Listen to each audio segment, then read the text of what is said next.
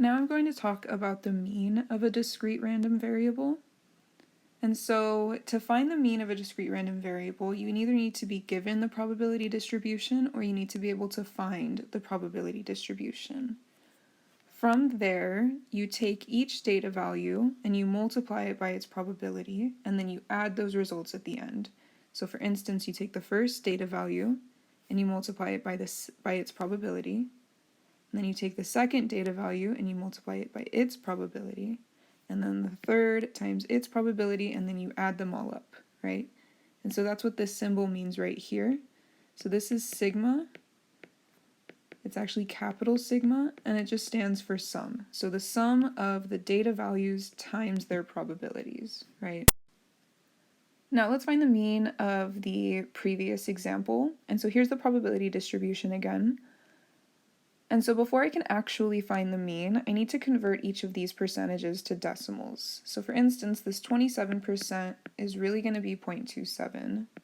31% is really going to be 0.31, 18% is 0.18, 9% is 0.09, and 15% is 0.15. And so when I find the mean mu, I'm actually going to use these decimals rather than these percentages. So the first thing I do to find mu is take the first data value, so that 1, and I multiply it by its probability, 0.27. So that's my first term, right? And then I'm going to add the second data value, 2, times its probability of 0.31. And then I'm going to continue that. So the third data value, 3, times its probability of 0.18, plus the fourth data value times its probability, so 4 times 0.09, and then the last data value times its probability, 5 times 0.15. When you do all of this, you should get 2.54.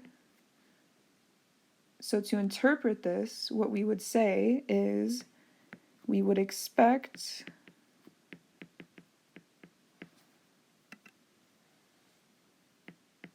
buyers to have seen the infomercial an average of 2.5 times before buying the waffle maker.